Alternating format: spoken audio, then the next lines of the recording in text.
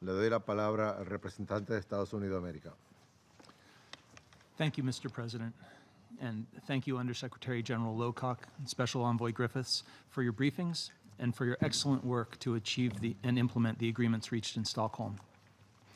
We also deeply appreciate General Kammert's work establishing the Redeployment Coordination Committee in Hudaydah, which is an essential element in implementing the Stockholm Agreement, as well as the work of Humanitarian Coordinator for Yemen, Lise Grande, to amplify the message of the enormous and critical humanitarian needs of Yemenis on the ground.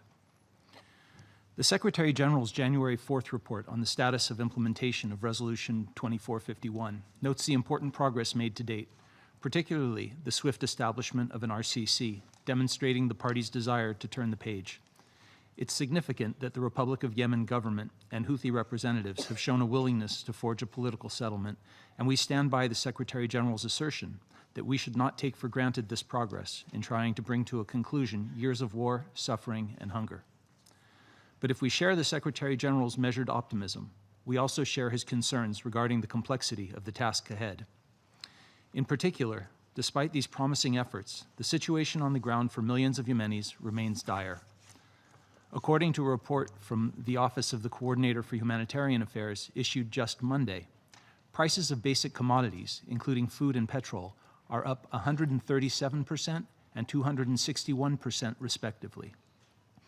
There's been only one containerized shipment to Hudaydah since 2017, as we heard this morning, and all parties need to lift the wide range of bureaucratic obstacles that stand in the way of delivering assistance. Mr. President, we're concerned by the World Food Programme's reports of Houthi food aid diversion and call for a thorough investigation to identify and hold accountable those responsible for this shameful theft. Interference with UN relief efforts can only prolong the misery of Yemeni citizens, and we call on all sides to ensure that food aid gets to those who need it most.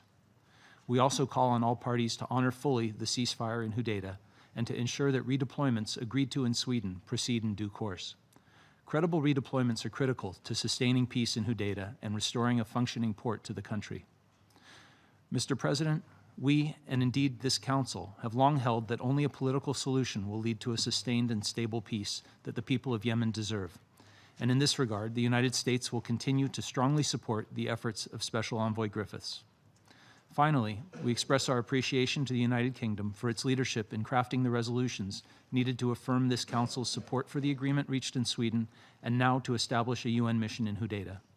The United States will do its utmost to ensure that all UN efforts, including those to oversee the ceasefire, are successful and contribute to a peaceful solution that is so long overdue.